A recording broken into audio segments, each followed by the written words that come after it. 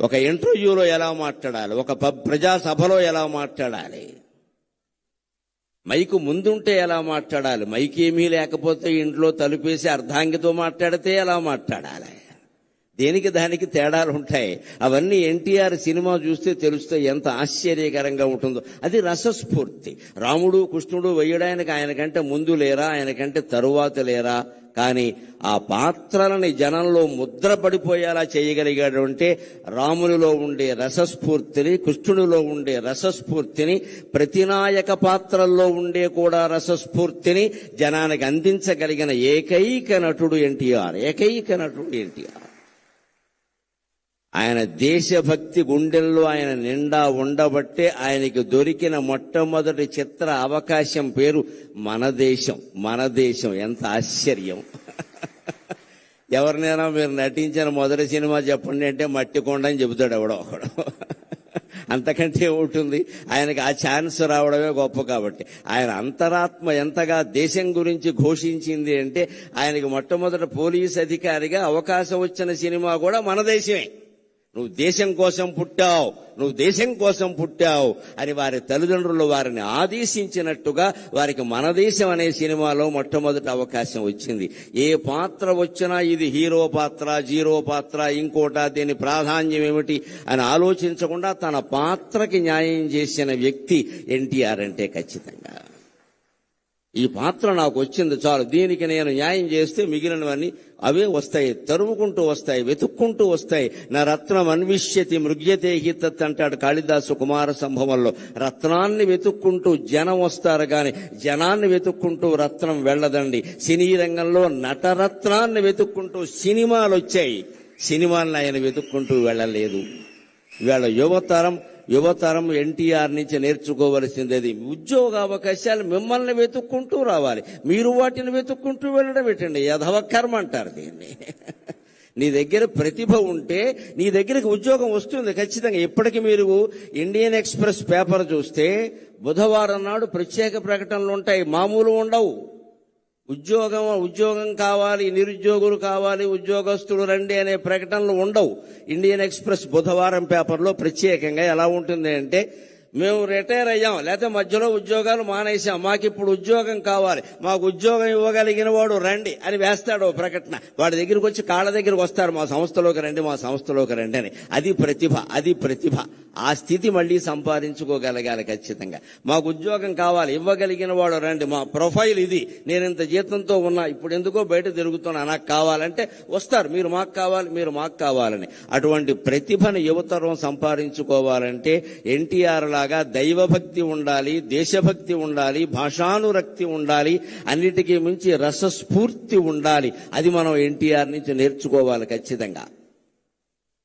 మన దేశమున పాదమోని, మన దేశం అనే చిత్రంతో ఆయన రంగప్రవేశం చేశారు. అక్కడి నుంచి ఆయన నటించని పాత్ర లేదు.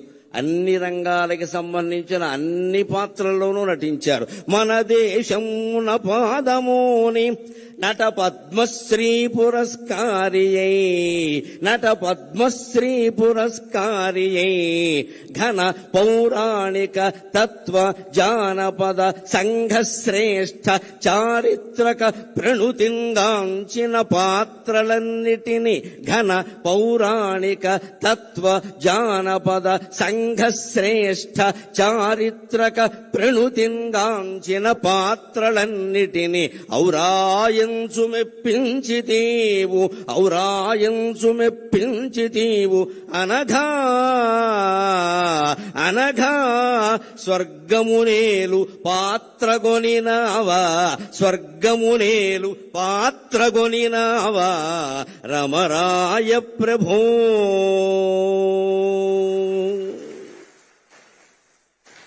మన దేశం అనేటువంటి పాత్రతో ఆయన సినిమా రంగంలో కాలు పెట్టారు. దేశభక్తికి నిదర్శనం అదృష్టం తరుముకుంటూ ఆయన్ని వచ్చింది. అదృష్ట దేవత, దురదృష్ట దేవత రెండూ ఎప్పుడూ తలుపు తడుతూనే ఉంటాయండి. గ్రహించాలి అందరూ కూడా. రెండూ తలుపు తడుతూనే ఉంటాయి. కాలింగ్ వెళ్ళకి మంచి చెడ్డ తెలీదు. ఎవరు నొక్కినా మోగుతుంది. కానీ అదృష్టానికి దురదృష్టానికి తేడా ఏమిటంటే అదృష్ట దేవత తలుపు కొడుతుంది, నువ్వు వెంటనే తీయకపోతే వెళ్ళిపోతుంది. శని దేవత ఉంది, తలుపు కొట్టి అక్కడే జుట్టు విరబోసుకుని నూనె రాసుకోకుండా కూర్చుంటుంది. నువ్వు తీసే వరకు కూర్చుంటుంది. అర్ధరాత్రి తీస్తే అర్ధరాత్రి వస్తుంది ఖచ్చితంగా. ఎందుకంటే నిన్ను పట్టుకోవాలని దానికి ఆసక్తి. గ్రహించుకోవాలి. అదృష్టం తలుపు తట్టినప్పుడే మనం తలుపు తెరవాలి ఖచ్చితంగా. అవకాశాలు ఎలా ఉంటాయంటే యువతరం కోసం ఓ మాట చెబుతా. అవకాశాలు ఏసీ తలుపులు లాంటివి, మన వెనకాలే మూసుకుపోతూ ఉంటాయి. జాగ్రత్త పడాలి.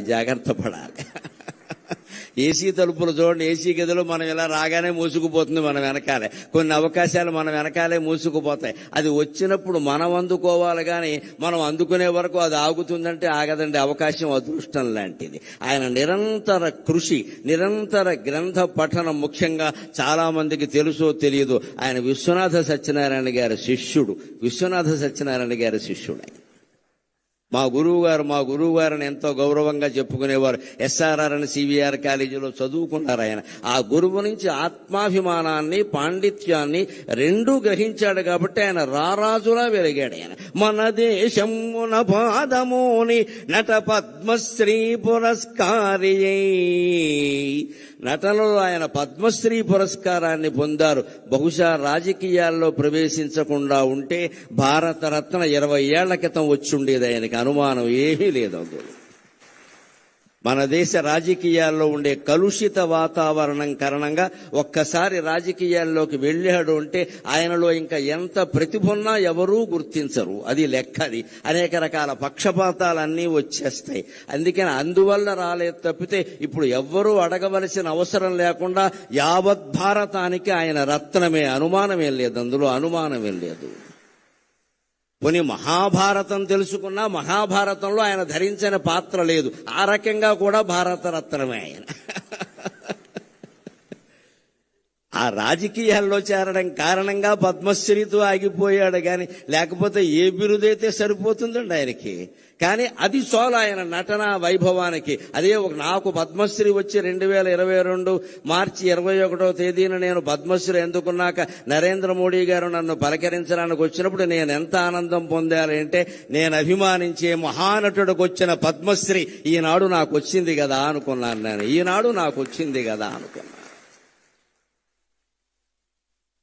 అంత ఆశీర్వచనం, అంత అభినందన ఉద్దేశ్యం కలిగిన వాడు ఆయన. ఆయన అభినందన అంటే ఆశీర్వచనమే, ఆయన ఆశీర్వచనం అంటే అభినందనే, వేరే ఏమీ ఉండదు. నేను ఒక గొప్ప ఉదాహరణ నన్ను ఆయన ఆశీర్వదించింది జరిగింది కొద్దిసేపట్లో చెబుతాను. సినిమా భాషలో చెప్పాలంటే త్వరలో విడుదల అన్ని ముఖ్య కేంద్రాల్లో. మన దేశమున పాదమోని నట పద్మశ్రీ పురస్కారి ఘన పౌరాణిక తత్వ జానపద సంఘ శ్రేష్ఠ చారిత్రక ప్రణుతింగాంచిన పాత్రలన్నిటినీ, పౌరాణిక పాత్రల్లో ఆయన వెయ్యని పాత్ర లేదు. నాయక పాత్రలు, ప్రతినాయక పాత్రలు అన్నీ దున్నేశాడు, అనుమానమేం లేదు. ఇంకా అసలు అవి పైగా మామూలుగా వెయ్యడం కాదు, అభిరుచి కొద్దీ వెయ్యడం కాదు, వేస్తే ఆయనే వెయ్యాలి, ఇంకెవడూ పనికిరాడన్నంత ఇదిగా వేశాడు మహానుభావుడు నిజంగాను. ఇందాక వేద పండితులు అటు ఇటు నుంచుని వేదం చదివారు, గమనించండి. రావిపాటి సత్యనారాయణ గారికి వచ్చిన పుణ్యప్రదమైన ఆలోచనకి నేను చేతులెత్తి నమస్కారం చేస్తున్నాను వారికి. అక్కడ సరిగ్గా శ్రీకృష్ణుడి యొక్క చిత్రం పెట్టారు. రామారావు గారు శ్రీకృష్ణ పాత్ర ధరించింది, ఇలా చక్రం ధరించి ఉన్నది పెట్టారు. నిజంగా వేదం చదువుతూ ఉంటే ఉండవలసిన చిత్రం అదే. నిజంగా సరిగ్గా వేదం చదువుతుంటే అటు సగం మంది ఇటు సగం మంది నిలబడ్డారు చూడండి ఖచ్చితంగా. అది ఏమిటంటే లలితా సహస్రంలో చెబుతారు కదా, ద్విజపంక్తి ద్వయోజ్వల అంటారు. అమ్మవారి యొక్క పళ్ళ వరస 32 పళ్ళు ఏమిటంటే కింద 16 పైన 16 కదా. అలాగ వేదం చదివేటువంటి పండితులు అటు 16 మంది ఇటు 16 మంది నిలబడి వేదం చదివినట్టుగా నీకుండే 32 పళ్ళు ప్రకాశిస్తున్నాయమ్మా అని ద్విజపంక్తి ద్వయోజ్వల అని చెబుతారు లలితా సహస్రంలో.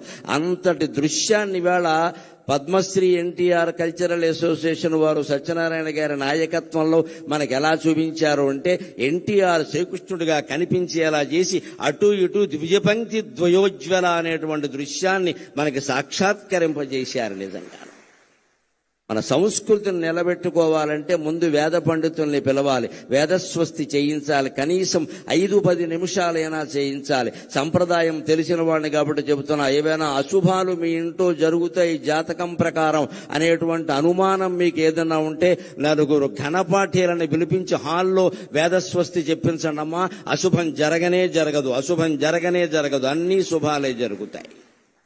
వేదం అంత గొప్పది. వేళ దాంతో మనం సభని ప్రారంభించుకున్నాం. ఆ వేదానికి మూలమైన, వేదంతో ప్రారంభమైన శాస్త్రాలు, కావ్యాలు, పురాణాల్లో ఉండే పాత్రలన్నీ అవలోడనం చేసుకుని ఆ మహానుభావుడు పౌరాణిక పాత్రలను నటించాడు.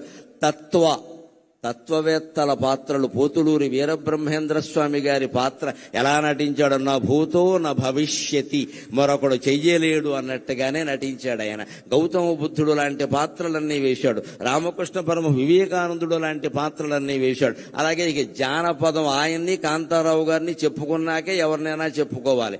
ఆ రోజుల్లో మేము అభిమానులుగా ఊరేగే సందర్భాల్లో ఏ మాట వచ్చినా చెక్కడో వదలడో, కదలడో వదలడో, చెక్కడో దొరకడో, ఇదే గొడవ. అన్ని ఆయన సినిమాలే, మా భాష నిండా ఆ సినిమాలే. ఖచ్చితంగా చెక్కడు, దొరకడు, కదలడు, వదలడు, అన్ని గులీబ కావళి కథ, అన్ని ఇంకా మొత్తం జానపద చిత్రాలు, రాజులకు సంబంధించిన చిత్రాలన్నింటిలోనూ ఆయనే మహారాజుగా, సేవకుడు దగ్గర నుంచి మహారాజు వరకు అన్ని పాత్రలు వేశారు. సంఘశ్రేష్ఠ సాంఘిక పాత్రల్లో కూడా తక్కువ తినలేదండి ఆయన.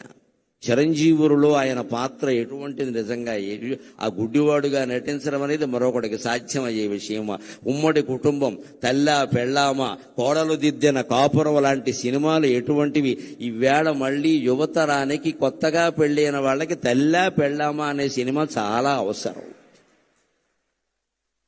ఈవేళ మళ్ళీ వస్తే బాగున్న సినిమా అనిపిస్తుంది. కోడలు దిద్దిన కాపురం కూడా చాలా అవసరం. ఈవేళ కోడళ్ళు కాపురాలు దిద్దట్లేదు, కంప్యూటర్లో దిద్దుకుంటున్నారు కూర్చొని ఇక్కడ. అందుకని కోడలు దిద్ది, ఇవాళ ఉమ్మడి కుటుంబాలు లేవు, అన్ని మడి కుటుంబాలు, దడి కుటుంబాలు, విడి కుటుంబాలే. అసలు కుటుంబం ఎక్కడుంది? పోయింది, టొంబం మిగిలింది ఇక్కడ. ఇప్పుడు అర్ధాంగులు తక్కువ, ఆర్డర్ పెట్టేవాళ్ళు ఎక్కువ. నమశివాయ నమశివాయ. అర్ధాంగం ఎందుకంటే ఆర్డర్ పెట్టడానికి, నేను ఆర్డర్ పెట్టుకుంటా, నీకేమో ఆర్డర్ పెట్టమంటా అంతే. మీకు ఇంకా గుంటూరులో కాపురాలు ఏమైనా ఉన్నాయేమో కానీ మాకు హైదరాబాద్లో కాపురాలు లేవు. హైదరాబాద్లో కాపురం చేస్తున్న దంపతులు కాదు, స్విగ్గీ జొమాటో, అది వాళ్లే కాపురం చేస్తారు. స్విగ్గీ భార్య, జొమాటో భర్త, ఇందులో వీళ్ళకి 2 పిల్లలు ఉంటారు. ఒకళ్ళు పొటాటో, ఒకళ్ళు టొమాటో. మగ పిల్లలు కాస్త గట్టిగా ఉంటారు కాబట్టి పొటాటో, ఆడపిల్లలు మెత్తగా ఉంటారు కాబట్టి టొమాటో అంతే. స్విగ్గీ జొమాటోలు కాపురం చేస్తున్నాయి కానీ పిల్లలు ఎవరు కాపురాలు చేయట్లేదండి. హైదరాబాద్లో ప్రతిరోజు ఆర్డర్ పెట్టడమే. ఆర్డర్ పెట్టడానికి పెళ్లి ఎందుకండి, పని లేక కంప్యూటర్ ఉంటే చాలు ఇక్కడ. అలా తయారైన మన సమాజానికి ఇవాళ రామారావు గారు నటించిన ఉమ్మడి కుటుంబం, తెల్లా పెళ్ళామ, కోడలు దిద్దిన కాపురం, రైతు బిడ్డ లాంటి సినిమాలు మళ్ళీ రావాలండి. మళ్ళీ రీ రిలీజ్ కావాలండి. రైతు బిడ్డ సినిమా ఇప్పుడు మళ్లీ విడుదలైతే ఆయన నాగలి పట్టుకుని భుజం మీద ఉన్న దృశ్యం చూస్తే మళ్లీ గుంటూరు జిల్లా నుంచి అమెరికా వెళ్లిన వాళ్ళందరూ వచ్చి వ్యవసాయం చేస్తారండి. నాకు ఆ నమ్మకం ఉంది ఖచ్చితంగా. మగాడంటే ఎలా ఉండాలరా, మనిషి అంటే ఎలా ఉండాలరా అని చెప్పి అమెరికా వెళ్లిపోయిన వాళ్ళందరూ వచ్చి వ్యవసాయం చేస్తారండి ఖచ్చితంగా. సినిమాల ప్రభావం సామాన్యమైనది కాదండి. సినిమా చాలా పవర్ఫుల్ మీడియా, చాలా శక్తివంతమైన ప్రసార సాధనం. అది దాన్ని ప్రజా సంక్షేమం కోసం, దైవభక్తి పెంచడానికి, దేశభక్తి పెంచడానికి ఉపయోగించుకున్న మహానటుడు ఎన్టీఆర్. ఆయన స్వార్థం కోసం ఆయన నటించలేదు, ప్రజల్లో విలువలు పెరగడానికి నటించారు. అందుకే ఇందాక సత్యనారాయణ గారి ప్రసంగంలో మీరు విన్నారు, వాళ్ళు అసోసియేషన్ పెట్టాక ఆయన్ని పిలిచి సన్మానం చేస్తే, ఏమిటయ్యా అసోసియేషన్ ఊరికే సినిమాలు చూస్తూ కూర్చుంటారా, ప్రజలకు ఏమైనా చేయండి అన్నట్టే. సమాజానికి ఏమైనా చేయండి.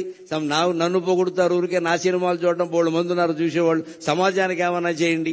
ఈ మాట ఎవడంటాడండి? నిస్వార్థంగా ఉన్నవాడు మాత్రమే అనగలగడమ్మా. ఆ తల్లి కడుపు ధన్యం, ఆ తండ్రి జీవితం ధన్యం, ఎన్టీఆర్ పుట్టిన నేల ధన్యం, ఎన్టీఆర్ పీల్చిన గాలి పీలుస్తున్న మనం అందరం ధన్యులం.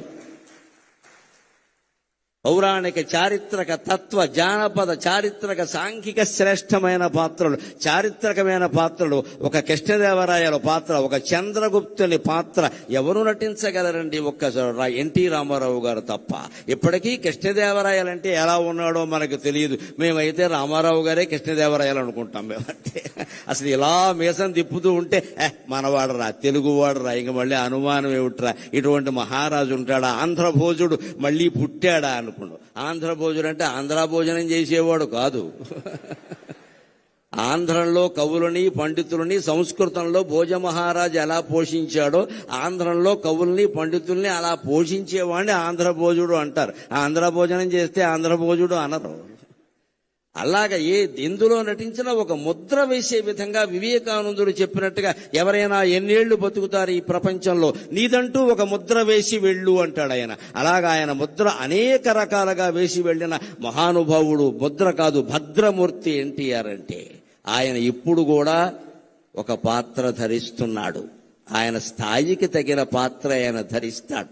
ఎప్పుడు ఇక్కడ మహారాజుగా నటించాడు కదా, అందుకే భగవంతుడు ఆయనకి ఇచ్చిన యోగం ఏమిటి అంటే, అనగా స్వర్గమునేలు పాత్ర గొనినావా రామరాయ ప్రభో.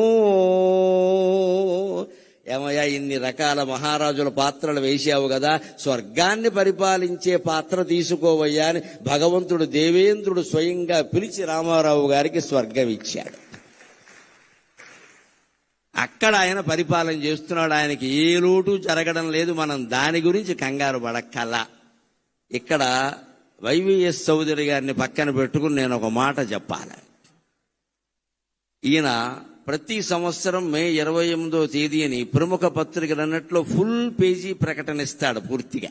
ఇప్పుడు కాదు, ఒక 30 ఏళ్ళు 40 ఏళ్ళు చాలా ఏళ్లుగా జరుగుతోంది, చూస్తున్నాను. ఆ రోజు నేను మే 27 రాత్రి నిద్రపోతూ తెల్లారితే చౌదరి గారు ప్రకటించిన ఫోటో ఎప్పుడు వస్తుందా అని చూస్తాను. ఎన్టీ రామారావు ఫోటో. అది సరిగ్గా ఇలా బొగ్గమే చేయట్టుకుంటుంది. ఇలా ఉండి ఇలా బొగ్గమే చేయట్టుకుని ఉంటుంది. అసలు ఆ ముక్కుకి ఇవ్వచ్చండి ₹1 కోటి, అనుమానం లేదు అక్కడ. ఇక మిగిలిన అవయవాలకి ఎంతో లెక్కలు కట్టుకోండి, నాకు అనవసరం. నేను ఆ ముక్కు చూస్తూ కూర్చుంటా. ఈ ముక్కు ఎవడకుంది అసలు? ముక్కు మీద కోపం ఉన్నవాళ్ళు చాలా మంది ఉన్నారు, కానీ ఆ ముక్కు ఎవడకుంది? కోటేరు లాంటి ముక్కు, కోటేరు లాంటి ముక్కు అని కావ్యాల్లో సినిమా పాటల్లో పూర్వం వారి కోటేరు లాంటి ముక్కు అండి నిజంగా అయింది. ఆ ముక్కు చూసి ఈ ఫోటో ఈయన ఎక్కడ పట్టుకున్నాడని నేను అడిగాను ఒకసారి. నేను ఇప్పుడు రక్త సంబంధం సినిమాలో సావిత్రి చంద్రుని మించు అందములిగించు ఉంటే ఆ ఫోటో గోడకు తగిలించి ఒక 4 సార్లు చూపించారట. మళ్ళీ ఏ సినిమాలోనూ లేదు, ఎప్పుడూ లేదు.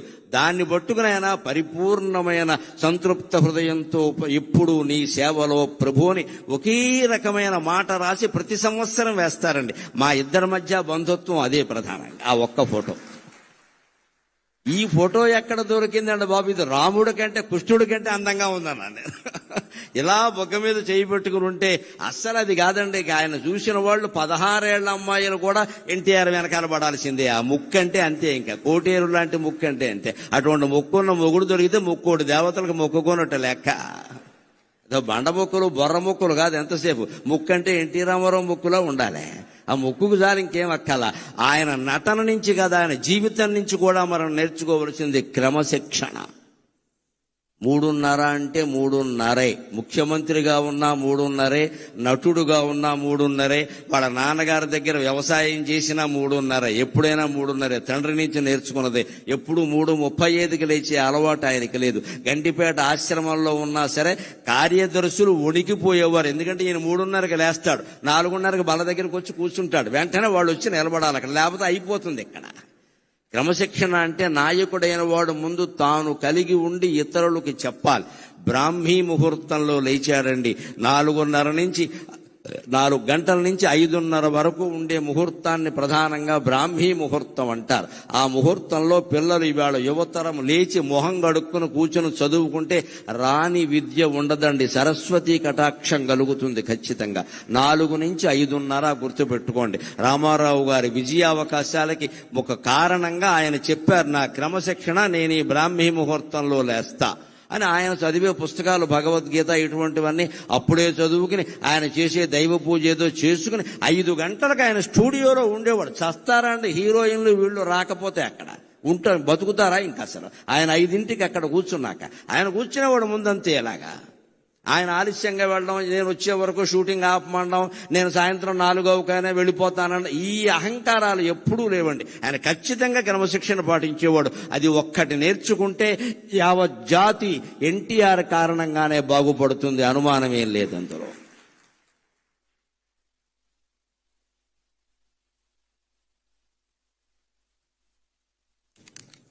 ఆయన ధరించిన పాత్రల్లో వైవిధ్యాన్ని గురించి ఒక్క మాట చెబుతాను నేను. విద్వాంస్తుష్ట పద్యమేకం దదాతి అంటారు. మాబోటి పండితులకి నిజంగా హృదయం ఆనందమైతే మాటలు రావు, పద్యాలు వస్తాయి. సాకేత రాముడై సాక్షాత్కరించినన్, సాకేత రాముడై సాక్షాత్కరించినన్, వాల్మీకి వర్ణనల్ వాస్తవమగు. సాకేత రాముడై సాక్షాత్కరించినన్, వాల్మీకి వర్ణనల్ వాస్తవమగు. శ్రీకృష్ణుడౌచు వశీకరణము జేయ, శ్రీకృష్ణుడౌచు వశీకరణము జేయ, వ్యాసుండు నిన్ను చూడవచ్చు నిజము. శ్రీకృష్ణుడౌచు వశీకరణము జేయ, వ్యాసుండు నిన్ను చూడవచ్చు నిజము. ఆ పితామక పాత్ర యౌవనమునదాల్ప. ఆశ్చర్యం అండి, మరో నటుడు చెయ్యలేని పని. 40 ఏళ్ల లోపు వయస్సులో ఆయన 250 సంవత్సరాల వయస్సుండే భీష్ముడు పాత్ర ధరించాడు. ఇప్పటి హీరోలు తెలుసుకోవాలి, ముసలి పాత్ర ధరిస్తే నా ఇమేజ్ పడిపోతుందనే దరిద్రపు ఆలోచన రానియకూడదు. నటుడు అంటే అన్నీ చెయ్యాలి. భీష్ముడు పాత్ర, ఆ పాత్ర ధరించింది. నేను అనుకున్నా ఏదో పెద్ద వయస్సు వచ్చిందేమో అనుకున్నా, రాలేదు. 40 ఏళ్ల లోపు వయస్సులో 257 సంవత్సరాలు జీవించినటువంటి భీష్ముడి పాత్ర ధరించడం, ఒప్పించడం, మెప్పించడం అంటే సామాన్యమా? భీష్ముడు మళ్ళీ పుడితే సాధ్యమవుతుంది ఆ విషయం. అది అటువంటి పాత్ర ధరించాడు ఆయన. ఆ పితామక పాత్ర యవ్వనమునదాల్ప, గంగమ్మకు పుత్ర శోకము తీరే. ఆ పితామక పాత్ర యౌవనమునదాల్ప, గంగమ్మ పుత్ర శోకము తీరే. రాయలై చిత్ర సామ్రాజ్యము నేలుచో, రాయలై చిత్ర సామ్రాజ్యము నేలుచో, అష్టదిగ్గజ కవులు అవని దిగిరి. రాయలై చిత్ర సామ్రాజ్యము నేలుచో, అష్టదిగ్గజ కవులు అవని దిగిరి. మంచి పాత్రలు ధరించి మంచి వారి మంచి మరింత పెంచు ధీమంతుడీవు. ఆయనలో 2 కోణాలు ఉన్నాయి, గమనించండి. 2 మేలే చేశాయి. మంచి పాత్రలు ధరించి మంచి వారి మంచి మరింత పెంచు ధీమంతుడీవు. చెడ్డ పాత్రలు ధరించి చెడుగునైన మంచిగా మార్చివేయు పెన్మాయవేవో. రాముడు పాత్ర వేస్తే వాల్మీకి దిగి వచ్చి నేను రామాయణంలో ఎలా వర్ణించానో అలా ఉన్న రాముడు ఎన్టీ రామారావు ఒక్కడే అని ఆనందిస్తాడు, అనుమానమే లేదు ఇక్కడ. ధర్మజ్ఞశ్చ కృతజ్ఞశ్చ సత్యవాక్యో దృఢవ్రతః వృషోరస్కః శ్రీ వృషస్కంధక అని అద్భుతంగా వర్ణిస్తాడు వాల్మీకి రామాయణంలో రాముడిని. అంతటి పర్సనాలిటీ దైహికంగాను, భౌతికంగాను, నైతికంగాను, మానసికంగాను కలిగిన వాడు తెలుగు నటులలో కాదు, ప్రపంచ నటులలో రామారావు ఒక్కడే, మరొకడు లేడు. ఈయన రాముడు పాత్ర లవకుశలో ధరిస్తే మా చిన్నతనంలో విన్న మాట పరవశించిపోయాం. మా అమ్మగారు జీవితంలో చూసిన సినిమా ఒకే ఒక్కటి, అదే లవకుశ. అప్పట్లో బ్రాహ్మణ స్త్రీలు, అసలు స్త్రీలు, అందున బ్రాహ్మణ స్త్రీలు సినిమాలకు వెళ్లే అవకాశం లేదమ్మా, వాళ్ళ కుదిరే పని కాదు. కానీ లవకుశ సినిమా వచ్చాక మా నాన్నగారితో దెబ్బలాడి మా అమ్మ సినిమా చూసి పెద్ద బండి కట్టుకుని వెళ్ళడం, దానికి 2 ఇంటర్వెల్స్ ఇచ్చేవారు. 32 సినిమా అది. విజయవాడ దుర్గా కళామందిరంలో లవకుశ సినిమా ఏడాదికి పైగా ప్రదర్శించబడిందండి. తెలుగు జాతి పరవశించిపోవలసిన విషయం. దుర్గా కళామందిరం అంటే ఎప్పటికీ ఎన్టీ రామారావు గారు టాకీస్ అదంతే. ఏడాది పైన ప్రదర్శించబడ్డాం. ఆ లవకుశలో ఉన్న రాముణ్ణి చూస్తే వాల్మీకి నేను 16 లక్షణాలు చెప్పింది ఇటువంటి వాడిని కదా, ధర్మజ్ఞ కృతజ్ఞ సత్యవాక్యో దృఢవ్రత కోన్వస్మిన్ సాంప్రదములోకి గుణవాన్ కశ్చ వీర్యవాన్ అని చెప్పానే నేను బాలకాండలో. ఆ లక్షణాలన్నీ మూర్తీభవించిన వాడు ఇంతకాలానికి ఆంధ్రదేశంలో పుట్టాడు రాని వాల్మీకి ఆయన ఆశీర్వదించాడండి. అందుకని అంతవాడయ్యాడు. అదే శ్రీకృష్ణ పాత్ర ధరిస్తే ఇక చెప్పవలసిన అవసరం లేదు. ఆ ఒయ్యారం, ఆ సొగసు, ఆ ఎక్కడ అవసరమైన చోట కాఠిన్యం, అవసరమైన చోట చిరునవ్వు. శ్రీకృష్ణుడు అంటేనే పెద్ద మాయ. రామో విగ్రహవాన్ ధర్మక, రాముడి జీవితం తెరిచిన పుస్తకం. రాముడు అధర్మం చెయ్యడు. మనకి తెలియక మాట్లాడుకుంటాం కానీ రాముడు అధర్మం చెయ్యడు. రాముని జీవిత చరిత్ర అంతా ముక్కుసూటిగా ఉంటుంది. శ్రీకృష్ణుడి ధర్మం కాదు, అలా ఉండదు. లీల, శ్రీకృష్ణ లీల. లీల అంటే అర్థం ఏమిటి? కర్మ అంటే అర్థం ఏమిటి? ఆనందం కోసం చేసేది కర్మ, ఆనందంగా ఉండి చేసేది లీల. అది శ్రీకృష్ణ అవతారం ధర్మం. మనం ప్రతి పని ఆనందం కోసం చేస్తాం కాబట్టి మన కర్మ మనం అనుభవించాలి, మంచి అయినా చెడ్డైనా. తాను స్వయంగానే ఆనందో బ్రహ్మేతి వ్యజానాత్ ఆనందాదేవ కల్విమాని భూతాని జాయంతే ఆనందేన జాతాని జీవంతి ఆనందం ప్రయంజభిషం విశంతీతి అని వేదం చెప్పినట్టుగా ఆనంద స్వరూపుడై ఉండి పరమాత్మ కర్మలు చేస్తాడు. కాబట్టి శ్రీకృష్ణావతారం తర్వాత పరమాత్మ అనుభవించవలసిన కర్మఫలాలు ఏమీ లేవు. ఇది పౌరాణిక రహస్యం. రాముడు చేసినటువంటి కొన్ని పొరపాట్లు, తప్పులు, ఒప్పులు ఏమున్నా వాటిని కృష్ణావతారంలో అనుభవించాల్సి వచ్చింది. కానీ శ్రీకృష్ణ పరమాత్మ చేసింది ఏది అనుభవించాల్సి రాలా. ఎందుకంటే రాముడు నేను మనిషిని ఆత్మానం మానుషం మన్యే రామం దశరథాత్మజం అన్నాడు. నువ్వు దేవుడు అయ్యాను ఋషులు చెప్పినా సరే నాకు అవన్నీ తెలియదండి, నా పేరు రాముడండి, మా నాన్నగారు దశరథుడండి, మా అమ్మ కౌశల్యండి, బళ్ళు అలాగే పేరు రాశారండి అని చెప్పాడు. నేను మనిషిని, నేను మానవుడిగానే పుట్టాను, మానవుడిగా ఉండి ధర్మాన్ని ఎలా గెలిపించాలో ఆ ప్రయత్నం అంతా నేను చేస్తాను, ఓడిపోతే ఓడిపోతానన్నాడు రాముడు. రాముడు ధర్మానికి ప్రత్యేక, శ్రీకృష్ణుడు ధర్మం కాదు అధర్మం కాదు లీలకి ప్రత్యేకంగా. అంటే అసలు శ్రీకృష్ణుడు చేసిన పని మంచో చెడ్డో గ్రహించడానికి మన బుర్ర సరిపోదు, దాన్నే లీల అంటారు ఖచ్చితంగా. అది మళ్ళీ వ్యాస భాగవతం చదివితేనే అర్థమవుతుంది ఖచ్చితంగా. అటువంటి లీలామానుష వేషధారి పాత్ర ధరించడం చాలా కష్టం. రాముడు స్ట్రైట్ ఫార్వర్డ్, ముక్కుసూటిగా ఉంటాడు. ఆ నేచర్, ఆ స్వభావం ఉన్నవాళ్ళు ధరించేయచ్చు, అభ్యంతరం లేదు. కానీ కృష్ణుడు పాత్ర ధరించడం చాలా కష్టం. సత్యభామ కాళ్ళు పట్టుకున్నది కృష్ణుడే. రుక్మిణి చేత, తల్లి సత్యభామ చేత రుక్మిణి కాళ్ళు పట్టించింది కృష్ణుడే. ఇంత నేర్పుండాలంటే మరొకడికి సాధ్యమా?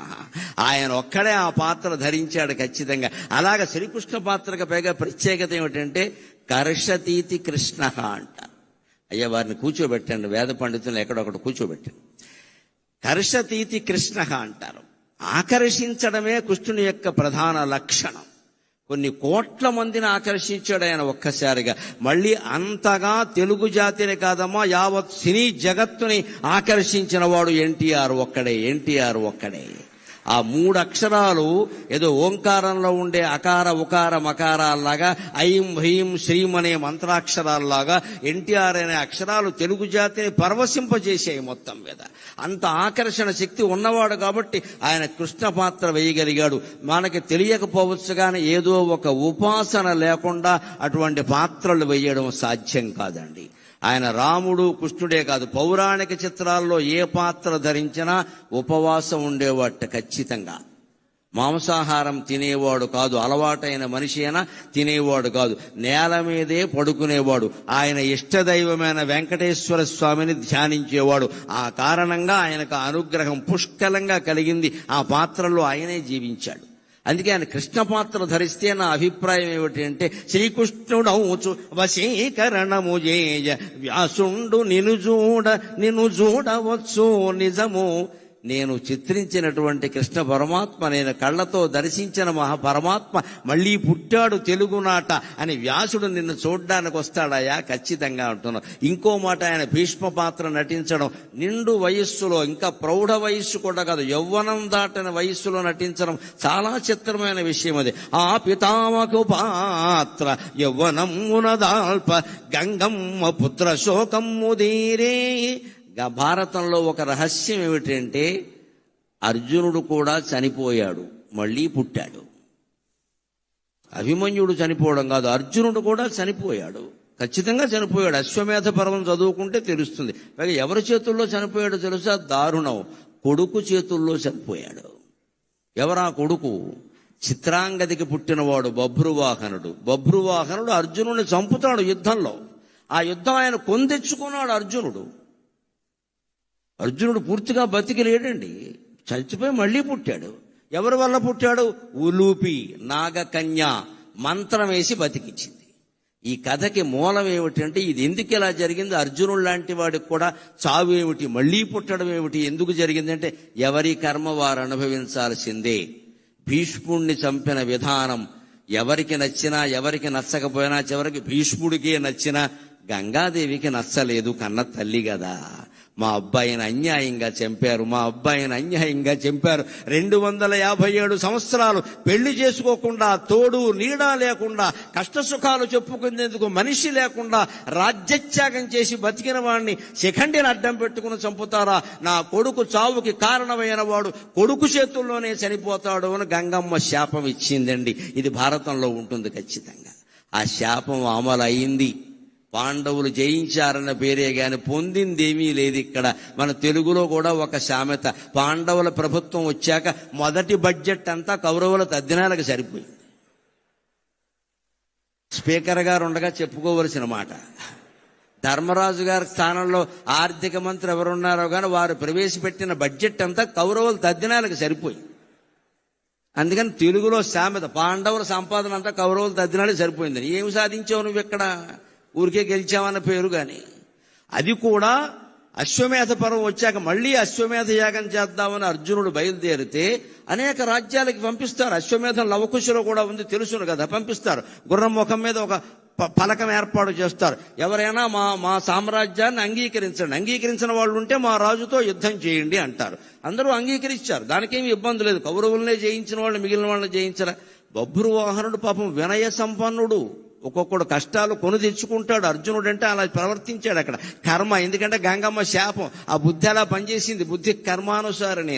ఆయన ఎదురొచ్చాడు, తండ్రిని తెలుసు, చిత్రాంగదగా పుట్టాడు ఆయన. తండ్రిని తెలుసు, నాన్నగారు మీరు వచ్చారు సంతోషం, మీతో నాకు యుద్ధం ఏమిటి, ఇదిగో మంగళహారతి బళ్ళెం పట్టుకుని నేను వచ్చాను, నా రాజ్యమే మీది, మీరు పరిపాలించుకోండి హాయిగా అంటే అర్జునుడు నోట వచ్చిన మాట ఏమరాయ్, క్షత్రియ పుత్రుడివి కాదురా, యుద్ధం చేయకుండా లొంగిపోతున్నావా, నువ్వు నా కుమారుడని చెప్పుకుందుకు నాకు అవమానం ఉందిరా, దా యుద్ధానికి రా అన్నాడు. పనిగట్టుకుని తెచ్చుకున్నాడు. వాడు భయంకరమైన యుద్ధం చేశాడు. 2 దెబ్బలతో అర్జునుడు లేచిపోయాడు. అది లెక్క. కాలం కర్మం కలిసి రాకపోతే అర్జునుడైనా ఒకటే, మరెవరైనా ఒకటే ఇక్కడ. అందుకని మన ఇష్టం వచ్చినట్టు మాట్లాడకూడదు. ఎప్పుడు యుద్ధం చేసే సమయాలు వేరు, సంధి చేసే సమయాలు వేరు చేసుకోవాలి. అలా బభ్రువాహనుడి చేతిలో చనిపోవడానికి కారణం గంగమ్మ శాపం. ఆ గంగమ్మ భీష్ముడు చనిపోయినప్పుడు పడిన బాధ మళ్ళీ ఎప్పుడు పోయి ఉంటుంది అంటే ఎన్టీ రామారావు గారు భీష్ముడుగా నటించిన తర్వాత పోయి ఉంటుంది ఖచ్చితంగా. మా అబ్బాయి మళ్ళీ పుట్టాడు, ఎంత అందంగా ఉన్నాడు మా అబ్బాయి మళ్ళీ పుట్టాడు, తెల్లగడ్డంతో కూడా ఎంత అందంగా ఉన్నాడు మా అబ్బాయి అని గంగాదేవి చాలా సంతోషించి ఉంటుంది. రాయలై చిత్ర సామ్రాజ్యము నేనుచో అష్టదిగ్గజ కవులు అవని దిగరే. ఆయన శ్రీకృష్ణదేవరాయలై మహామంత్రి తిమ్మరసులో గాని, తెనాలి రామకృష్ణ చిత్రంలో గాని అనేక చిత్రాల్లో కృష్ణదేవరాయల పాత్ర ధరించి ఇలా అని ఒక్కసారి ఈ ఎడమ చెయ్యి మీసం మీదకి వెళ్ళింది అంటే తెలుగు జాతి మొత్తం పరవశించిపోయే సన్నివేశం అండి. అది చిత్రాలుగా తయారు చేసి మన ఇళ్లలో పెట్టుకుని మన పిల్లలకి చెప్పాలి, మన జాతి అంటే ఇదిరా, కృష్ణదేవరాయలు పరిపాలించిన భూమిరా ఇది, మరో రకంగా ఉండకూడదురా, మన భాషను మనం కాపాడుకోవాలని చెప్పడానికి ఇవాళ కృష్ణదేవరాయలు లేడు. కానీ ఎన్టీ రామారావు కృష్ణదేవరాయలు వేసిన బొమ్మ మీ ఇంట్లో పెట్టండి, మీ పిల్లలకి చెప్పండి, భాష మిగులుతుంది, భగవంతుడు మిగులుతాడు. అంతటి ప్రేరణ. ఇంకా ఆయన జీవితంలో ఒక వైవిధ్యం ఏమిటంటే, మంచి పాత్రలు ధరించి మంచివారి మంచి మరింత పెంచు ధీమంతుడీవు. రాముడు వేసిన, కృష్ణుడు వేసిన, భీముడు పాత్ర వేసిన, భీష్ముడు పాత్ర వేసిన వారిలో ఉండే మంచితనాన్ని మరింత బాగా చూపించారు. ఎప్పుడు శాస్త్రంలో ఒక మాట ఉంటుంది, అర్థవాదం అంటారు. మన పురాణాలన్నీ అర్థవాదం ప్రకారమే ఉంటాయి. అర్థవాదం అంటే ఏమిటంటే ప్రజల చేత ఏ పని చేయించాలో దానికి కాస్త నమ్మకాలు అన్ని జోడించి ఘాటుగా చెప్తారు, నాటుకునేలా చెప్తారు. అది పూర్తిగా నిజం కాదు, అది అర్థవాదం. దాని పేరే అర్థవాదం, సగమే నిజమని. కానీ ఎందుకు చెబుతారు అంటే, ఒకడు దుఃఖపడుతున్నాడు, వాడు దుఃఖం పోవాలి. నువ్వు తత్వజ్ఞానం బోధిస్తే వాడికి ఎక్కదు. కానీ బాబు, ఇక్కడ పట్టాపురంలో సత్యనారాయణ స్వామి గుడి ఉంది, రోజు ఒక 100 సార్లు, ఒక 10 సార్లు ప్రదక్షిణం చేయి, ఒక 40 రోజులు ఖచ్చితంగా చేయి, సత్యనారాయణ స్వామి నీ దుఃఖాన్ని తొలగిస్తాడు అంటే, తొలగించకపోవడం సత్యనారాయణ స్వామి బాధ్యత. కానీ ముందు వీడు మనస్సులో ఉండే బాధ సగం తగ్గిపోతుందండి. అది దాని ప్రయోజనం, అది దాని ప్రయోజనం. ఇది అందరూ అంగీకరించే విషయం. దీన్నే పురాణాల్లో అర్థవాదం అంటారు. అది పూర్తిగా మోక్షాన్ని ఇవ్వదు, జ్ఞానాన్ని ఇవ్వదు, కానీ మనిషి దుఃఖాన్ని ఉపశమింపజేస్తుంది. మనం రోగంతో బాధపడుతున్నప్పుడు మందులు వాడుతున్నా తగ్గకపోవచ్చమ్మా, కానీ ఆత్మీయులైన వారు ఎవరన్నా వచ్చి పలకరిస్తే తగ్గినట్టుగా ఉండట్లా. వాళ్ళు వెడుతుంటే, అత్తయ్య రాక వచ్చావు, కాసేపు కూర్చో, 2 మాటలు మాట్లాడు, నీతో మాట్లాడుతుంటే నాకు తగ్గినట్టుగా ఉంది అని అనిపించట్లేదండి. అదే అర్థవాదం. ఆ అర్థవాదం ప్రకారం ఎలా ఉంటుందంటే, మీరు మంచి చేయించాలి అంటే మంచి మనిషిలో ఉండే మంచిని పెంచండి, బాగా పెంచండి. ఇంకొంచెం మీరు అబద్ధం చెప్పినా ఏం పర్వాలేదు, లేనిది పురాణాల్లో లేనిది చెప్పినా తప్పేం లేదు, సమాజం బాగుపడటం కోసం చెప్పాం. అలాగే చెడ్డ పాత్రల ప్రభావం సమాజం మీద లేకుండా ఉండాలి అంటే, ఆ పాత్రల్లో ఉండే చెడుని వీలైనంత తొలగించి మంచి చూపిస్తే సమాజం బాగుంటుంది, సమాజం బాగుంటుంది. ఇది రామారావు గారి ఉద్దేశం. ఆయన మంచి పాత్రల్లో ఉండే మంచిని పెంచేశాడు. చెడ్డ పాత్రలు ధరించి చెడును కూడా మంచిగా మార్చి పెన్మాయవీవు. మనం ఆయన శ్రీమద్ విరాట పర్వం చూస్తే కీచకుడు కూడా మంచివాడేనా అనిపిస్తుంది. దానవీర సూరకర్ణ చూస్తే కర్ణుడు ఇంత అద్భుతమైన వాడా అనిపిస్తుంది. దుర్యోధనుడు ఇంతకంటే ఇంత గొప్పవాడా అనిపిస్తుంది. వారిలో ఉండే మానవతా కోణాన్ని ప్రత్యేకంగా ప్రదర్శించాడు ఆయన. మొత్తం మీద రామారావు గారి ఉద్దేశం సమాజం బాగుండడం, సమాజం బాగుండడం, సమాజం బాగుండడం. పెంచవలసిన దాన్ని పెంచాలి, నిందించవలసిన దాన్ని నిందించాలి, కొంచెం తీవ్రంగానే చెయ్యాలి దాన్ని. అప్పుడే సమాజం మీద ప్రభావం ఉంటుంది ఖచ్చితంగా. ఇంకొక మాట వారి గురించి మనం చెప్పుకోవలసింది, ఇవాళ ఒక్క సినిమా ఇలా రాగానే పాన్ ఇండియా అనేదో అంటున్నారు, కొత్త మాట. నాకు పాన్ డబ్బాయే తెలుసు, పాన్ ఇండియా తెలియదు. ప్రతి సినిమా పాన్ ఇండియా. మన ప్రాణాలు తీసే సినిమా కూడా పాన్ ఇండియానే. ఆయన బతికినంత కాలంలో నువ్వు కృష్ణుడు పాత్ర హిందీలో వెయ్యండి, రాముడు పాత్ర హిందీలో వెయ్యండి, మేము తీస్తామని ₹1 కోటి ఇస్తామన్నారు. ఆ రోజుల్లో ₹1 కోటి చాలా ఎక్కువ అండి. 70లో ₹1 కోటి అంటే ఏమిటమ్మా, చాలా ఎక్కువ. ఆయన ఏమన్నారంటే, నాకు సన్నిహితుల ద్వారా తెలిసిన మాట, 1 కోటి ఎందుకండి, తెలుగులో తీయండి, 10 లక్షలు ఇవ్వండి చేస్తానని చెప్పాడు.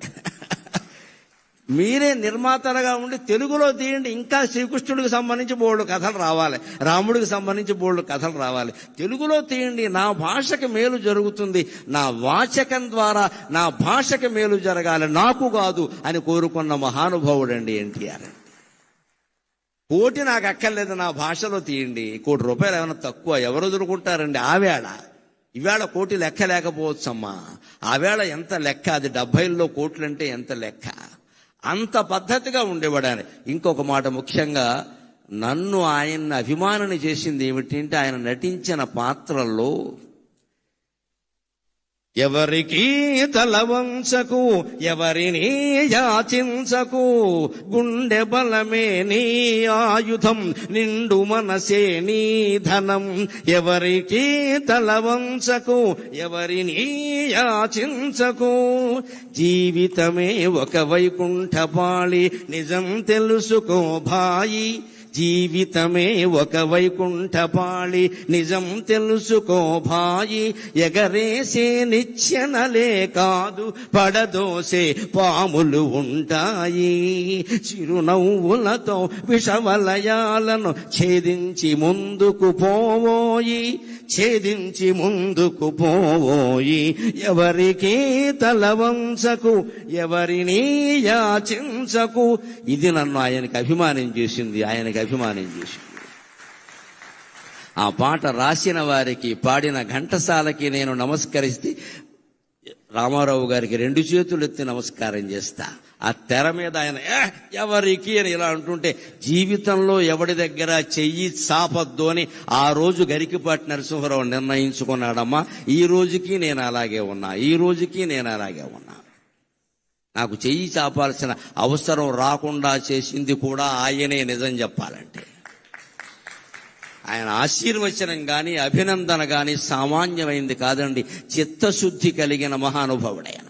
లోపలోటి పైకోటి మాట్లాడే రకం కాదు. ఎవరితో తగద వచ్చినా సరే ఉన్నదొన్నోటి చెప్పేస్తాడంతే లెక్క. నచ్చలేదంటే నచ్చలేదంతే. అటువంటి వాడు ఆశీర్వదిస్తే అవుతుంది ఖచ్చితంగా. నటన చేసేవాళ్ళు ఆశీర్వదిస్తే అవ్వదు. నిజాయితీగా బతికేవాడు ఆశీర్వదిస్తే అవుతుంది ఖచ్చితంగా. నేను ఆయన తెలుగు విశ్వవిద్యాలయం పెట్టినప్పుడు, ఆయన తెలుగు విశ్వవిద్యాలయం స్థాపించినప్పుడు ఆయన ఏం చెప్పారంటే, ఈ విశ్వవిద్యాలయం నా మానస పుత్రిక అన్నారు. ఆయన నా మానస పుత్రిక అన్నారు. 85లో స్థాపన చేశాక 87లో మొట్టమొదటిసారి ఎంఫిల్ బ్యాచ్కి ప్రవేశాలు కల్పించారు. రాష్ట్రం అంతా ఉన్న వాళ్ళందరూ ఎంఫిల్ ప్రవేశ పరీక్ష రాశారు. నేను అప్పటికే 84లో ఎంఏ ఉస్మానియా విశ్వవిద్యాలయం ద్వారా మామూలు ప్రైవేటుగా చదువుకుని నేను ఉత్తీర్ణుణ్ణయ్యాను. ఎంఫిల్ ప్రవేశ పరీక్ష పెట్టగానే నేను పీహెచ్డీ చేస్తే యూనివర్సిటీ ఉద్యోగం ఏదో వస్తుందంటున్నారు. ఈ మామూలు ప్రైవేట్ స్కూల్లో మాస్టర్గా ఏం బతుకుతామని ఓ ప్రయత్నం చేశా. ఏం పెద్దగా ఏం తయారవలా. ఊరికే ఏదో అడుగుతారన్నారు. ఎవరు చెప్పిన వాళ్ళు కూడా ఎవరు లేరు. ప్రత్యేకించి ఏం అడుగుతారు? 4 ప్రశ్నలు ఉంటాయి, 4 పాతికలు 100 అన్నారు ఆయన. మేము వెళ్ళాం, ఊరికే రైల్లో పడుకుని వెళ్ళాను స్లీపర్ కోచ్లో. నాకు తోచిన మాటలేవో రాస్తే ఆశ్చర్యకరంగా ఎంఫిల్ ప్రవేశ పరీక్షలో నాకు రాష్ట్రం మొత్తం మీద ప్రథమ స్థానం వచ్చింది. రాష్ట్రం మొత్తం మీద ఏమీ తయారవకుండా నాకు ఏదొస్తే అది రాస్తాను. అప్పటికే ఉన్న పరిజ్ఞానంతో నాకు 17 ఏళ్ల వయస్సు నుంచి రామాయణ భారతాలు కావ్యాలు చదువుకునే అలవాటు ఉంది కాబట్టి ఆ ఉన్న పరిజ్ఞానంతో రాస్తే సమాజానికి సాహిత్యానికి సంబంధం ఏమిటని ఒక 25 మార్కుల ప్రశ్న అడిగితే దానికి నేను 25 పేజీలు సమాధానం రాస్తే ఆ దిద్దే ఆయన 25 వేసేసాడు. అనుమానం లేదు. ఇంకా ఇంత మంచి మాటలు ఎవడు రాయడం. అయ్యాక నాకు ఒక అపూర్వ దర్శనం కలిగింది. నేను ఆయనకి ఎంత గాఢాభిమానిని అంటే, కోడలు దిద్దిన కాపురం ఆయన 100వ చిత్రం కదండి, 100వ చిత్రం, 200ల చిత్రం.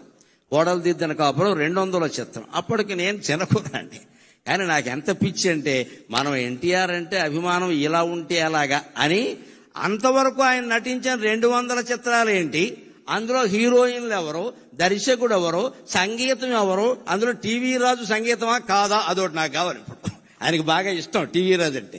టీవీ రాజు గారి సంగీతమా కాదా, ఇలా ఒక పట్టిక తయారు చేశారు. 200 పెద్ద బాటనీ రికార్డు, సైన్స్ రికార్డు లాగా 200 సినిమాలది. ఇంత చేసిన వాడిని ఎప్పుడైనా ఆయన దొరుకుతాడా? ఆయనకి చూపించి మీకోసం మీ అభిమానంతో నేనంత చేశాను అంటే ఆయన దర్శనం నాకు దొరకలేదు, కానీ అపూర్వంగా దొరికింది. నా ప్రతిభ ప్రదర్శింపబడ్డాక ఆయన పిలిచి నన్ను మెచ్చుకునే అవకాశం వచ్చిందండి. పిలిచి మెచ్చుకునే అవకాశం.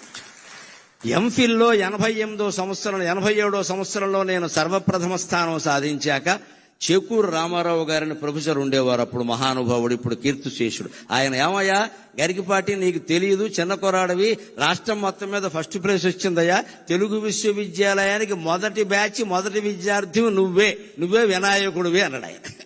అని నీకు రామారావు గారిని చూడాలని ఉన్నారు, జీవితంలో అంతకంటే భాగ్యం ఉంటుందా అన్నాను నేను. చూడాలి అయితే వెళ్ళవయా అన్నారు. అక్కడికి వెడితే మన నారాయణ రెడ్డి గారు, దొణప్ప గారు లాంటి మహానుభావులు ఉండగా ఆయన పిలిచి నాకు అడ్మిషన్ సర్టిఫికెట్ చేతిలో పెట్టి, నరసింహారావు గారు, ఆయన గంభీరమైన గ్రాంధిక భాష కదా, నరసింహారావు గారు మీరు ప్రథమ స్థానం సాధించారు ప్రవేశ పరీక్షలో, ఎంఫిల్ పట్టాలో కూడా మీరే ప్రథమ స్థానం సాధించాలి అన్నాడమ్మా ఆయన. ఆ ఆశీర్వచనం ఏడాది తిరగకుండా ఫలించింది. మళ్ళీ తెలుగు విశ్వవిద్యాలయంలో 3 బ్రాంచీలు, హైదరాబాద్, రాజమండ్రి, శ్రీశైలం ఉంటే 3ంట్లోనూ సర్వప్రథమ స్థానాన్ని ఈ జీవుడు సాధించగలిగాడు అంటే ఆ రాముడు దయ. ఈ జీవుడికి ఆ రాముడు ఆశీర్వచనం పుష్కలంగా ఉంది. అంత కృతజ్ఞత నాకు ఉండబట్టే రావిపాటి సత్యనారాయణ గారు నాకు ఎన్టీఆర్ అభిమాన సంఘాల సమావేశం అంటే, నాకంటే మీరెలా అభిమానం అవుతారండి, నేను మొదటే వస్తాను మీ దగ్గరికి అని చెప్పాను. నేను మొదటే వస్తానంటే మీరు పెట్టుకోండి అన్నా నేను. అంతట ఆశీర్వచనం అలా ఫలించిందండి. మళ్ళీ ఆయనకి ఎంత జ్ఞాపక శక్తి అంటే, నారాయణ రెడ్డి గారు ఉండగా వేదిక మీద 89 సెప్టెంబర్ 6ని ఆయన ముఖ్యమంత్రిగా ఉండగా, నారాయణ రెడ్డి గారు వీసీగా ఉండగా, ఆయన పక్క నుండి నా మెడలో బంగారు పథకం వేస్తూ, నరసింహారావు గారు 1.5 క్రితం మీరు అన్నమాట నిలబెట్టుకున్నారు అన్నాడు ఆయన. వెంటనే 1.5 క్రితమే మీతో అన్నాను నేను, మీరు ప్రథమ స్థానం వస్తారని. ఆ ప్రకారం చేశారు, సంతోషం. అంతటి జ్ఞాపక శక్తి ఆ మహానుభావుడికి. ఆ రకంగా నేను అనేక రకాల ఆయన అభినందనలు కాదు, అనుగ్రహాన్ని పొందగలిగాను నిజం చెప్పాలి అంటే. అలాగ వైకుంఠపాళి మీద పాడినటువంటి పాట అంతేకాదు, కొన్ని కొంటె చిత్రాలు కూడా ఆయనకి నన్ను చాలా బాగా ఆకర్షించాయి. జీవిత చక్రం అని సినిమా వచ్చింది, అందులో వాణిశ్రీ ఆయన. మాకు కొత్త డాన్సులు, అప్పుడు కొంచెం కొత్త వాళ్ళంతా వచ్చారు. మన మహమ్మద్ రఫీ పాటలు, పిబి శ్రీనివాస్ ఇక్కడ పాడడం, ఇవన్నీ ఉండేవి. దాంతో రామారావు గారు స్టైల్ కొంచెం మార్చుకోవాల్సి వచ్చింది. ఎక్కడికక్కడ ఆయన మార్చుకునేవాడు కాబట్టే నిలబడ్డాడు రంగంలో. ఊరికి అదే పట్టుకుని వేలాడితే ఉండడు ఎవడో ఇక్కడ. అది నేర్చుకోవాలి నిజంగానే. ఆ జీవిత చక్రం సినిమాలో వాణిశ్రీతో కలిసి ఆయన డాన్స్ చేస్తారంటే మామూలు పాట కాదు అది. కళ్ళల్లో కళ్ళు పెట్టి చూడు ఓ లమ్మి, కళ్ళల్లో కళ్ళు పెట్టి చూడు అని ఎగురుతాడండి. తాడేపల్లిగూడెం కృష్ణా బాలాజీ టాకీస్లో ఆ సినిమా చూస్తూ కుర్చీ మీద ఎగిరిన వాళ్ళలో నేను ఒకడిని.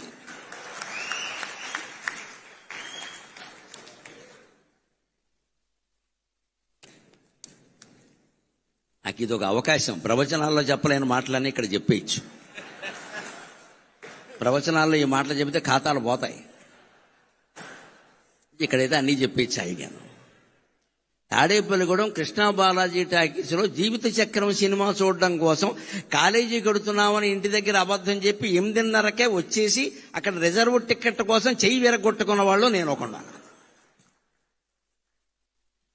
కృష్ణా బాలాజీ టాకీస్, ప్రభాత టాకీస్ అని 2 ఉంటాయి. అందులో సినిమాలు వస్తే మాకు కోపంగా ఉంటుంది. వెంకట్రామ టాకీస్, విజయ టాకీస్ ఉన్నాయి, అవి కొత్త టాకీసులు, అందులో రావాలని కోరుకుంటాం. కానీ ఈ సినిమా అందులో ఇచ్చా. అయినా సరే మా ఇంటి ఓడో, పైగా మా పశ్చిమ గోదావరి వాళ్ళు ఎన్టీ రామారావు అనరండి, ఎంటి ఓడో అంతే లెక్క.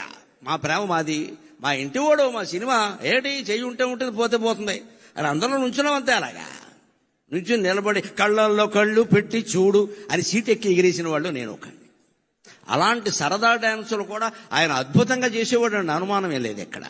అలాంటి పరిస్థితుల్లో అంతేకాదు, ఇంకొక మాట మనం ప్రత్యేకంగా చెప్పుకోవాలి. నేను ఒక 15 ఏళ్ల క్రితం అక్కినేని నాగేశ్వరరావు గారి అశీతి మహోత్సవంలో పాల్గొన్న 80 ఏళ్ల పండుగ. అప్పుడు గుమ్మడి గారు ఉన్నారు. సరే, అక్కినేని, నాగార్జున వీరందరూ కుటుంబ సభ్యులు అందరూ వచ్చారు. అప్పుడు నేను వేదిక ఎక్కుతుంటేనే రవీంద్ర భారతిలో గుమ్మడి గారు, నరసింహారావు గారు మేము మీ పద్యాల కోసం వచ్చాం అన్నారు. సరేనండి, మిమ్మల్ని సంతోష పెడతానులేండి అన్న. నేను వేదిక ఎక్కాక నాగేశ్వరరావు గారు ఉండగా, నేను ఈ సభకి రావడానికి కారణం ఏమిటంటే నాగేశ్వరరావు గారికి క్షమాపణ చెబుదామని వచ్చాను నేను అన్నాను. ఆయన కూడా ఆశ్చర్యపోయి చూశాడు. ఏమి నాకు చెప్పే క్షమాపణ అంటే, మేము మా రామారావు గారి మీద ప్రేమతో మీ పోస్టర్ల మీద పేడ వేసామండి, అందుకని చెప్పడానికి వచ్చాను. మా అభిమానాలు అలాగే ఉండేవి, అనుమానం. ఎందుకంటే మా కోపం ఏంటంటే, మా బాధ మాకు ఉంటుందండి. అభిమానం అంటే అభిమానమే, ఇంకా అక్కడ ధర్మాధర్మాలు ఉండవు అక్కడ. పైగా మా వయసు ఏంటి, 80 ఏళ్ళ, 20 ఏళ్ళు కూడా లేవు. మేము మా రామారావు గారు కృష్ణుడు వేశాడు, శ్రీకృష్ణ విజయం అని సినిమా ఎంఎస్ రెడ్డి గారు తీశాడు, కౌముది ఆర్ట్ పిక్చర్స్. రామారావు గారు కృష్ణుడు, మహోదరుడు అని విలన పాత్ర ఎస్వి రంగారావు వేశాడు. ఒక చిన్న నాట్యం కోసం ఎల్వి జయలక్ష్మిని పిలిపించారు, స్వర్గాన్ని నుంచి దించినట్టు. జయలలిత సత్యభామ వేసింది, దేవిక రుక్మిణీదేవి పాత్ర వేసింది, కాంతారావు గారు నారదులు వేశాడు. ఇంత గొప్ప క్యాస్టింగ్ ఉండే సినిమా ఆడకుండా పోయింది. మరి మా కడుపు అంటదా? ఎందుకని? దసరా బుల్లోడు కారణంగా పోయింది. అప్పుడు దసరా బుల్లోడు వచ్చింది సంక్రాంతికి. దసరా బుల్లోడు కారణంగా మా సినిమా ఆడలేదు. అది నాగేశ్వరరావు గారు అయితే, నాగలోకపతి అయితే మా సినిమా ఆడలేదు. మా బాధ మాది. అందుకని మాకు ఎలా ఉండేదంటే పేట చేసేవాళ్ళం అంతే. అందుకని నేను మొహమాటం లేకుండా తర్వాత ప్రవచనాలన్నీ మొదలు పెట్టాక తప్పు ఒప్పుకుంటే పాపం పోతుంది కదా, ఎందుకు వచ్చింది అని నాగేశ్వరరావు గారి సన్మాన సభలో నేను ఇది ఎందుకు వచ్చానంటే మీకు క్షమాపణలు చెప్పడానికి వచ్చానండి. రామారావు గారి మీద అభిమానమే తప్పితే మీ మీద మాకేమి ద్వేషం లేదండి. మీరు మహానటులు, దానికే ఉంది. కానీ మా కోపంతో మేము చేసేవాడిని. నిజం చెప్పారు కదండి, ఇంకెందుకు ఉంటాయి పాపాలండి అన్నాడు ఆయన. పైగా అప్పుడు ఆయన చెప్పారు, మా అభిమానులు తక్కువ వాళ్ళు ఏం కాదండి, వీళ్ళిద్దరూ కొడుకు చేశారు లోకంలో, మేమిద్దరమే దెబ్బలాడుకోలేదండి, మా అభిమానులు రకరకాలుగా ఉన్నారన్నారు. ఎప్పుడు మహానటుల గురించి మనం ఏదో అనుకుంటాం కానీ ఎన్టీఆర్, ఏఎన్ఆర్ ఎప్పుడు సూర్య చంద్రుల్లాగా తెలుగు సినీ ఆకాశంలో వెలుగుతూనే ఉంటారండి, వెలుగుతూనే ఉంటారు. సూర్య రశ్మి ఎంత అవసరమో చంద్రకాంతి అంతే అవసరం కదా. ఆ ఇద్దరు అలా వెలుగుతూనే ఉంటారండి. ఆయన సభలో ప్రత్యేకించి నేను ఈ విషయం చెప్పేసరికి ఆయన చాలా ఆనందించారు ప్రత్యేకంగా. ఇక ఇప్పుడు ఒక 10 నిమిషాల్లో ఆయన రాజకీయ జీవితాన్ని గురించి కూడా మాట్లాడతాను నేను. నటుడు నాయకుడై ఆంధ్ర వట విటపము, నటుడు నాయకుడై ఆంధ్ర వట విటపము, ఊడలునంగ జగమెల్ల ఊగజేయ. నటుడు నాయకుడై ఆంధ్ర వట విటపము, ఊడలునంగ జగమెల్ల ఊగజేయ. విశ్వరూపము చూపిన విశ్వనటుడు, నటుడు నాయకుడై ఆంధ్ర వట విటపము, ఊడలునంగ జేయంగ, ఊడలునంగ జేయంగ, ఊడలునంగ జగమెల్ల ఊగజేయ.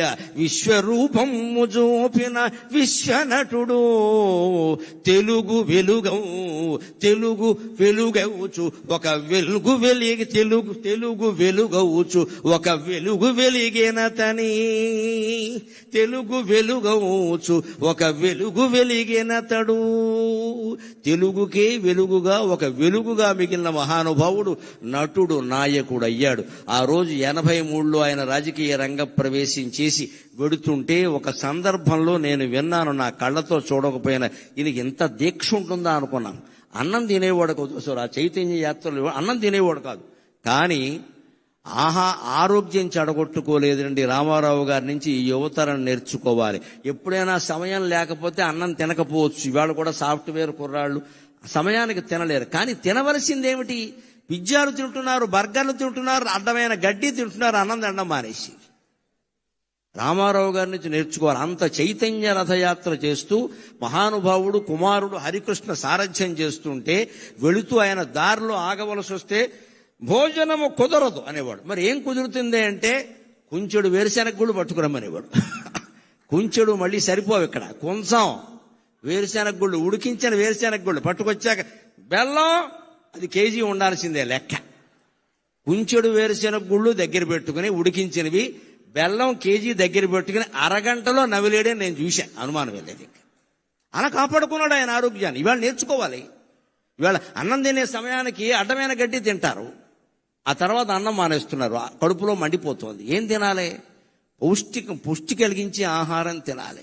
ఉపవాసం చేస్తే కనీసం మజ్జిగ తాగాలి ఆ సమయానికి. ఉడికించిన వేరుశెనగ కూడా తినండి, బొంబాయి శనగలు తినండి, బఠానీలు తినండి, అవన్నీ మంచివమ్మా. అవి ఊరి పూర్వం తినే తేగలు తినండి. అంతెందుకు ఈ కాలంలో బాగా వస్తాయి మొక్కజొన్న పొత్తులు తినండి, అన్నం అక్కర్లేదు, బోల్డ్ పుష్టి. ఇక్కడ కాల్చిన మొక్కజొన్న పొత్తులు తింటే అన్నం అక్కర్లేదు. ఎప్పుడైనా అన్నం తినని పరిస్థితి అటువంటివి తినాలి, కానీ ఆ బిస్కెట్లు, ఈ బిస్కెట్లు, ఈ చాక్లెట్లు, ఇవన్నీ తిని చాక్లెట్లు ఉంటే టాయిలెట్కి వెళ్తాం, ఉపయోగం ఏంటి? ఇక్కడ ఏం తినాలి? తినకు పరిస్థితులు ఉంటాయి. సినిమాల్లో ఉన్న వాళ్ళకి మరీ ఎక్కువగా ఉంటాయి, రాజకీయాల్లో ఉన్న వాళ్ళకి అన్నం తినే అవకాశం ఉండదండి. ఏం తినాలి? ఆరోగ్యం చెడిపోంది తినాలి. అందులో కూడా ఆయన క్రమశిక్షణ ఏమిటంటే అలా ఉడికించిన వేరుశెనగ గుళ్ళు, బెల్లం లాంటి ఆహారం తినేవాడు తప్ప బయట ఏదో పట్టుకురమ్మని తినేవాడు కాదండి. నియమం అంటే నిష్ఠే, నియమం అంటే నియమమే, నిష్ఠ అంటే నిష్ఠమే. ఆయన నుంచి అది మనం నేర్చుకోవాలి. ఆ రకంగానే రాజకీయ జీవితాన్ని గడిపాడు. ఇంకొక మాట మనం చెప్పుకోవాలి. తెలుగుతనం, తెలుగు జాతి అంటే ఆయనకి ఎంత ఇష్టం అంటే ఆచరించి చూపించాడు. 89 నుంచి 94 వరకు ఆయన ప్రతిపక్షంలో ఉన్నారు. ప్రతిపక్ష నాయకుడుగా ఆయన పాత్ర ఆయన చేశాడు. నేను అసెంబ్లీకి రాను అని మాట్లాడలేదు, వచ్చాడు ఆయన ఖచ్చితంగా. స్పీకర్ గారు ఉండగా చెప్పుకోవలసిన మాట, ఆయన వచ్చాడు. అంత మహానటుడు, అంత మహానాయకుడు ఓడిపోయిన దశలో కూడా అసెంబ్లీకి వచ్చాడు. ఆయన కర్తవ్యం ఆయన నిర్వర్తించి ఇటువంటి వాళ్ళందరినీ నడిపించాడు ఆయన శుభ్రంగా. ఆ దశలో కూడా ఆయన మనోధైర్యాన్ని కోల్పోలేదండి. అంతేకాదు ఆత్మాభిమానాన్ని కోల్పోలేదు, ఆంధ్రాభిమానం కూడా కోల్పోలేదు. 91లో పివి నరసింహారావు గారు నంద్యాలలో పోటీ చేస్తే తెలుగువాడు ప్రధానమంత్రి అవుతున్నాడు, మేం పోటీ పెట్టాం అన్నాడమ్మా, అన్నాడమ్మా, అన్నాడమ్మా, అన్నాడమ్మా, అన్నా అన్నా అన్నాడమ్మా, అన్నాడమ్మా. మరొక మొగాడు ఉన్నాడా? మరో మనిషి ఉన్నాడా?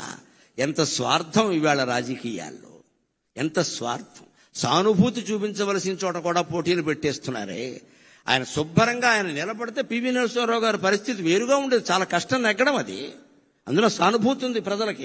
ఈయన పట్ల చాలా సానుభూతి ఉంది. ఈయన ఓడిపోయాడని ఏమవుతాడో తెలియదు. కానీ తెలుగువాడు ఇంతకాలానికి ప్రధానమంత్రి అవుతున్నాడు, నేను అడ్డుపడను, మా తెలుగుదేశం పార్టీ తరఫున పోటీ లేదు అని ప్రకటిస్తే నంద్యాలలో ఎప్పటికీ చెరిగిపోని మెజార్టీ వచ్చింది పివి నరసింహారావుకి. ఎన్టీ రామారావు దయ వల్ల వచ్చింది. ఎన్టీ రామారావు దయ వల్ల వచ్చింది. ఔదార్యం అంటే అది. ఔదార్యం అంటే అది. ఆయన సంచలనాలు చేశాడు, సరదాలు చేశాడు. సంచలనాలు చేశాడు, సరదాలు చేశాడు. రాజకీయాల్లో ఉండగా నిజంగా కార్టూనిస్టులందరికీ రోజు మ్యాటర్ దొరికింది అంటే ఎన్టీ రామారావు దయ్యానండి. ఏదో ఓ చలోక్తి విసిరేవాడు, ఏదో పని చేసేవాడు. అందులో ఆవేశమో ఆవేదనో ఏదో ఉండేది. దాని మీద వీళ్ళు జోక్ వేసుకునేవాళ్ళు. ఆయన దగ్గరికి వెళ్ళి ఎవరన్నా చూస్తే పోన్లేవయా వేసుకొని ఈ విధానికి వాడు బతుకుతాడు, లేకపోతే వాడు కార్టూన్ ఎవడో చూస్తాడనేవాడు తప్ప కక్షలు తీర్చుకునే, మీడియా మీద కక్ష తీర్చుకునే ప్రయత్నం రామారావు చేయలేదండి ఎప్పుడు కూడా. దాన్ని చాలా తేలిగ్గా, చాలా ఎన్ని కార్టూన్లు రామారావు గారి మీద వచ్చిన వ్యంగ్యమైన కార్టూన్లు మరి ఏ నాయకుడి మీద రాలేదండి. ఈనాడు శ్రీధర స్వతంత్రించి ఎంత సరదాగా వేసేవాడు, అవన్నీ సరదాగానే తీసుకున్నాడు ఆయన. అంతేకాదు ఇంకొక మాట చెప్పుకుని మనం సెలవు తీసుకుందాం. ఒక ప్రాంతీయ పార్టీ నాయకుడై ఉండి ఆంధ్రప్రదేశ్ అనే ఒకే ఒక రాష్ట్రానికి కొంతకాలం మాత్రమే ముఖ్యమంత్రిగా ఉండి నేషనల్ ఫ్రంట్ ఏర్పాటు చేసి కన్యాకుమారి నుంచి కాశ్మీర్ వరకు భారతదేశాన్ని ఏకం చేసి ప్రతిపక్షాల కూటమిని ఏర్పాటు చేసిన మహానుభావుడైన. సామాన్యమైన విషయం కాదు నేషనల్ ఫ్రంట్. పైగా ఇప్పుడు ప్రతిపక్షాలు కలుపుతున్న వాళ్ళు కూడా సాధించలేని విజయం ఆయన సాధించారు. అయ్యన్న పాత్రుడు గారికి నాకంటే బాగా తెలుసు ఈ విషయాలని. బీజేపీ కమ్యూనిస్టులు ఎప్పుడైనా కలుస్తారండి? అసలు సాధ్యమేనా అది? ఎవరైనా కలుస్తారు కానీ బీజేపీ కమ్యూనిస్టులు కలుస్తారా? ఉప్పు నిప్పులా ఉంటారు కదా, అటువంటి వాళ్ళందరినీ దేశం నాశనం అవుతోంది, మీరు కలవాలి, మీరు కలవాలి. ఇటు అద్వానీ వాజ్పేయిల్ని అటు కమ్యూనిస్టు నాయకుల్ని ఒప్పించి వీపీ సింగ్ ప్రభుత్వానికి మద్దతు సేకరించిన మహానుభావుడైన నిజం చెప్పాలంటే. అంటే ఎక్కడ ఇటువంటిది ఎవరు చేయగలుగుతారండి? లోపల నాకు పదవీకాంక్ష లేదు అన్నవాడు చేయగలుగుతాడు. నాకే కావాలి అంటే 30 మంది ఎంపీలను పెట్టి కూడా ప్రధానమంత్రులు అయిన వాళ్ళు ఉన్నారు. మనకు అనవసరం ఇప్పుడు చెప్పుకోవడం. కానీ ఆయనకి ఎంపీలు ఉన్నా సరే కాదు, అదొక నేషనల్ పార్టీ. వాళ్ళు అవనేంటి, మనం సహకారం చేద్దాం, దానికే ఉంది అని సహకరించిన మహానుభావుడు. చివరిగా మళ్ళీ పద్యంలోనే ఆయనకి నివాళి సమర్పించి నేను సెలవు తీసుకుంటా.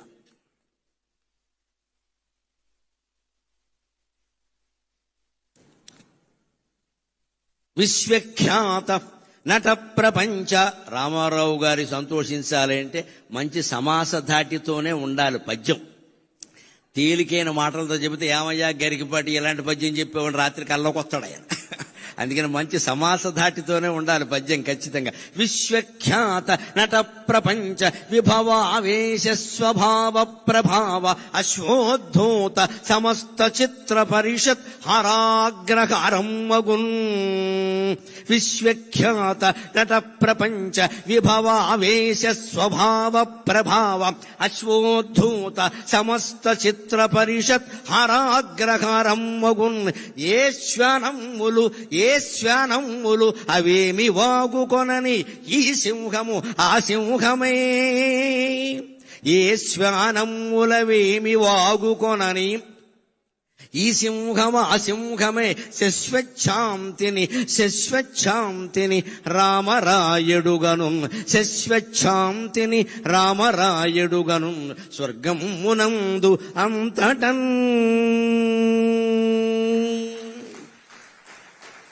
ముగిస్తూ నేను ఆనందించే ఒక్క మాట ఏమిటంటే, 2021లో నా కాలికి గండపెండేరం వేస్తే బెంగుళూరులో దాని మీద ఒక బిరుదం రాశారు. విశ్వవిఖ్యాత అవధాన సార్వభౌమ అని రాశారు. నేను అనుకున్నాను ఇది కూడా ఎన్టీ రామారావు గారి అనుగ్రహమే అనుకున్నా. ఎందుకంటే ఆయన విశ్వవిఖ్యాత నట సార్వభౌమ. ఆయన దయ వల్ల మనకు వచ్చింది విశ్వవిఖ్యాత అవధాన సార్వభౌమ. ఆయన రంగంలో ఆయన విశ్వవిఖ్యాతుడు, నా రంగంలో నేను ఆయన అభిమానిగా విశ్వవిఖ్యాతుడిని కాగలిగాను. ఈవేళ 12 కోట్ల మంది తెలుగు వాళ్ళలో 75% మంది నా మాటలు వింటున్నారు అంటే నా తల్లిదండ్రుల పుణ్యం, నా పెద్దల దయ, రామారావు గారు లాంటి వారి ఆశీర్వచనం. ఈవేళ బయటికి వెడితే పదవుల్లో ఉన్న వారి దగ్గర నుంచి ఊరికే పారిశుధ్య కార్మికుల వరకు కనపడి మేము వింటున్నాం గురువు గారు నమస్కారం చేస్తుంటే నా ఒళ్ళు నేనే గిల్లుకుని ఆనందిస్తున్నానమ్మా. అభిమాన లోకానికంతటికీ కృతజ్ఞతాపూర్వకంగా నేను నమస్కారం చేస్తున్నాను. నచ్చిన జాలు మీకు వదనంబులు విచ్చిన జాలు, నచ్చిన జాలు మీకు వదనంబులు విచ్చిన జాలు, సాహితీ సచ్చరితంబు బాడుటకు జన్మములెత్తెదా వెనవేలు. నచ్చిన జాలు మీకు వదనంబులు విచ్చిన జాలు, సాహితీ సచ్చరితంబు బాడుటకు జన్మములెత్తెదా వెనవేలు. ఏమిచ్చిన ఈయకున్న మనసిచ్చిన జాలును, ఏమిచ్చిన ఈయకున్న మనసిచ్చిన జాలును. భారతీ కృపన్ పచ్చగనుండు, భారతీ కృపన్ పచ్చగనుండు. ఇంక సెలవా, ఇంక సెలవా, ఇలువాకిలి చూచుకోవలెన్. స్వస్తి.